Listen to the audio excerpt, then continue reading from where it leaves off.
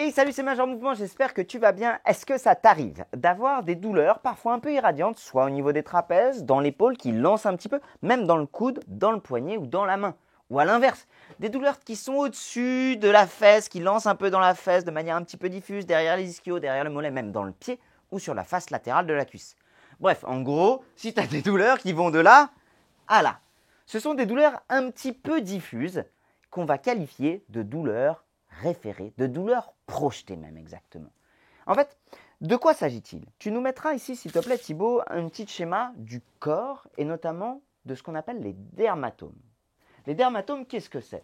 Entre chaque vertèbre, nous avons des racines nerveuses, des petites racines nerveuses là. Ah oui, ça titille la racine nerveuse.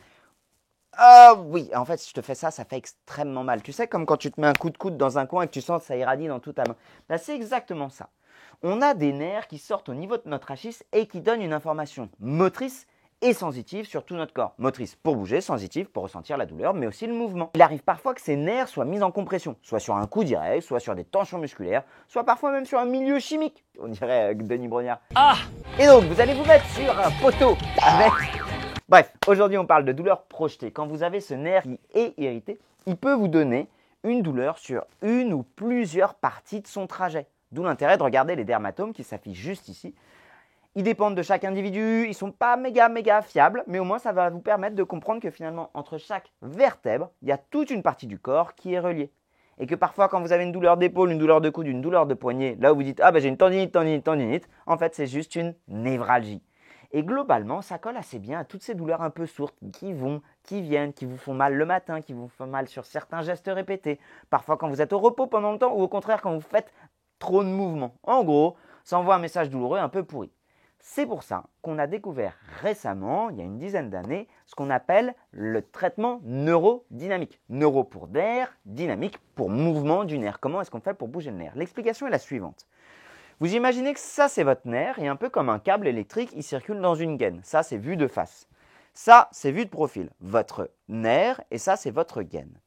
En faveur de, on ne sait encore pas trop bien quoi, il peut y avoir des épaississements de gaine. Ça, je l'ai bien expliqué, enfin, je l'ai bien dessiné de manière physique, mais parfois, ça peut être une inflammation du nerf, locale, qu'on ne voit pas aux examens, ni à l'IRM, ni au scanner, où le nerf est un petit peu plus gonflé. Pour faire très simple, excusez-moi pour ce que je vais vous représenter, le nerf, il passe dans la gaine et il fait ça. Quand il coulisse bien, ça se passe bien. Quand il coulisse mal, eh ben, ça fait exactement comme quand vous mettez un coup dans le coude. Ça fait mal et ça tire.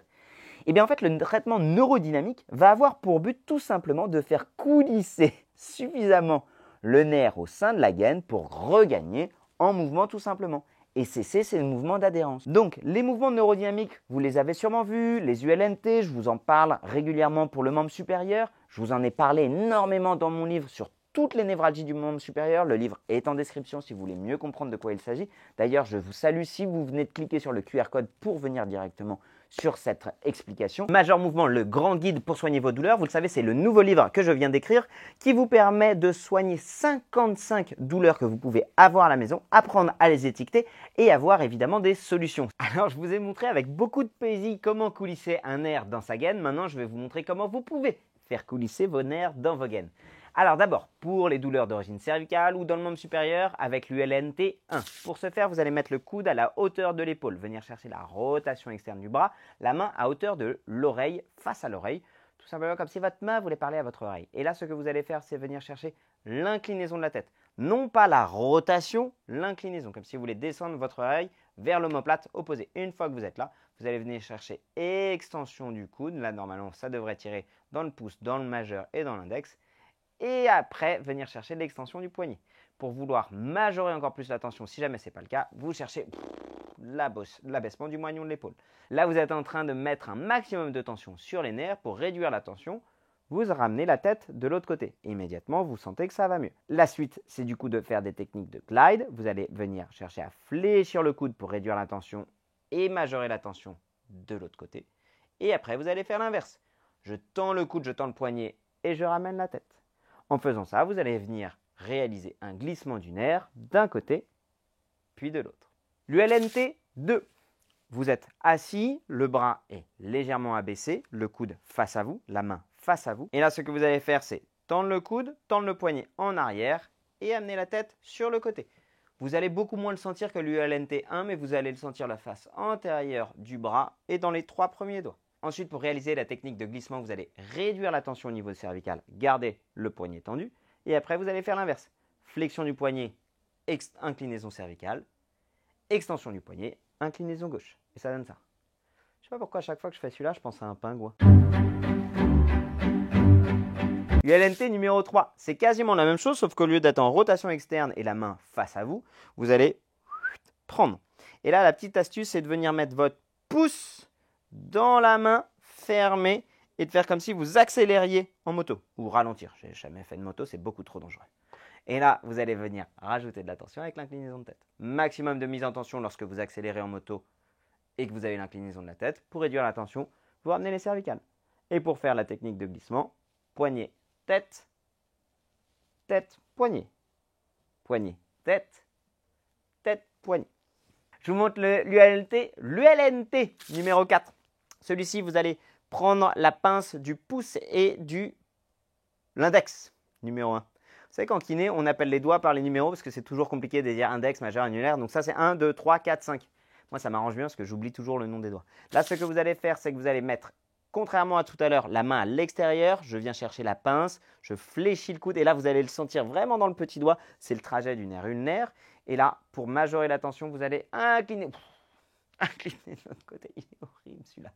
Pour réduire la tension, vous allez incliner de l'autre côté. Donc là, l'ULNT4 pour faire la technique de glissement, ça donne ça. Ça donne mise en tension, flexion du poignet, inclinaison droite, extension du poignet, inclinaison gauche. Ça donne ça. Un peu comme si vous étiez un lord anglais. Pour ceux qui sont croustillants et pour pouvoir mettre un maximum de tension, vous allez essayer de ramener la pince, c'est horrible, sur la clavicule.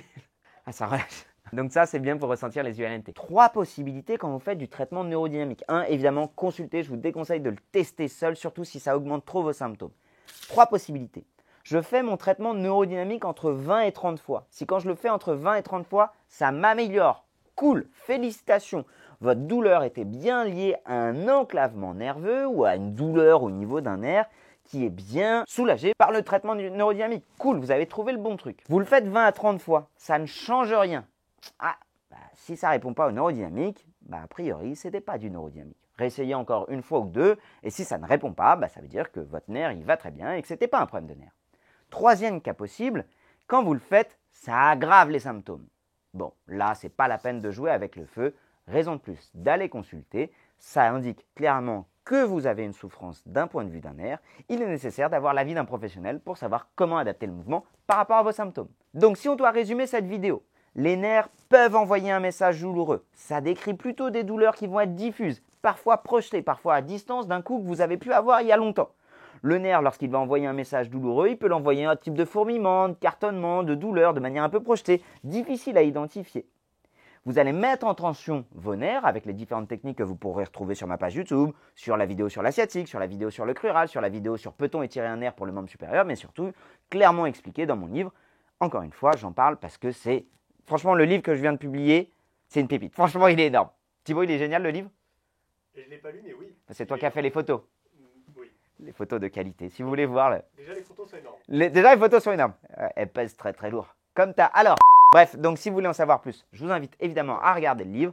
Et pour finir, si vous avez une douleur qui est liée à un nerf, qui est améliorée par le neurodynamique, cool, vous avez trouvé le bon truc, faites du neurodynamique, demandez à un professionnel pour savoir quelle quantité, quelle qualité de mouvement il faut faire. Si jamais ça ne change rien, c'est probablement pas neurodynamique, si jamais ça vous aggrave, allez consulter, il est nécessaire d'avoir un avis médical par rapport aux symptômes que vous décrivez. Non, cette vidéo n'est pas accélérée, c'est juste que quand je suis passionné, je suis capable de parler très très vite et je trouve ça hyper marrant. Je vous souhaite une très bonne fin de journée. Si vous avez des douleurs, je vous invite à regarder cette vidéo sur la hernie discale et cette vidéo sur la cruralgie, ou éventuellement je vous mettrai peut-être comment étirer un nerf. Je vous dis à très bientôt, n'oubliez pas de vous abonner, c'est toujours un plaisir de vous avoir.